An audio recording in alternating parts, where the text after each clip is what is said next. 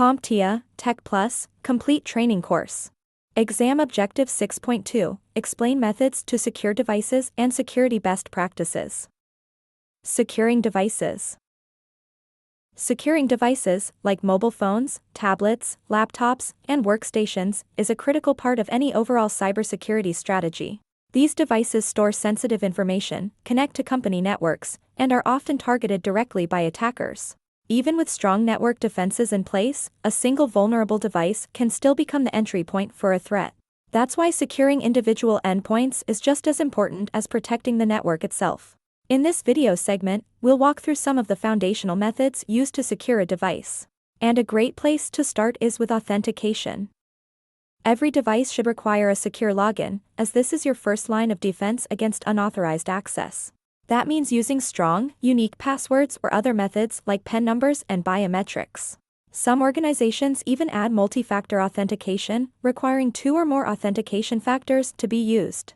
Once you've locked down the front door with proper authentication, the next step is protecting the inside of the house. That's where anti-malware software comes in. Next, let's talk about anti-malware protection. Anti-malware software is designed to detect, prevent, and remove malicious software, also called malware, from a device. Its job is to ensure the device's safety and integrity by acting as a barrier against threats like viruses, worms, ransomware, and spyware. There are 2 main methods these tools use to catch malware. The first is signature-based detection. This method scans files and compares them to a database of known malware signatures, like digital fingerprints.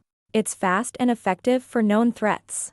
The second is behavioral-based detection, also called heuristic analysis. This method monitors how programs behave. If something starts acting suspicious, like trying to access secure files or disable security settings, it's flagged as a potential threat. Most modern anti-malware tools use both methods to stay ahead of attackers. And if malware does sneak onto a device, these tools are often the last line of defense before real damage is done. Now let's move on to the host firewall.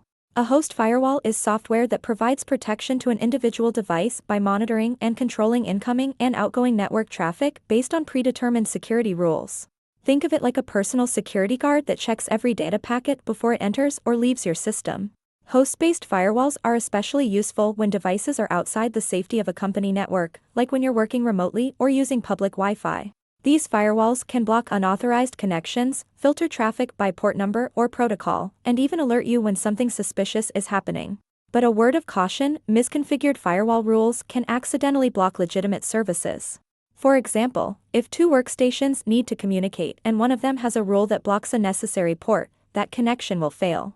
So always test firewall settings after making changes to ensure that essential access remains intact.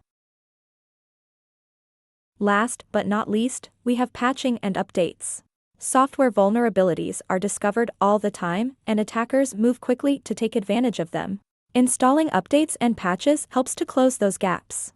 This includes not just the operating system, but also your firewall software, browser, anti-malware programs, and other essential applications. Updates often bring new security features and performance improvements too, making them a quick win for boosting protection. When your device asks to install an update, don't put it off.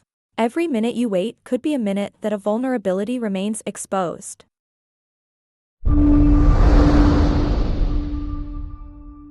Thank you for watching. Subscribe for more great content.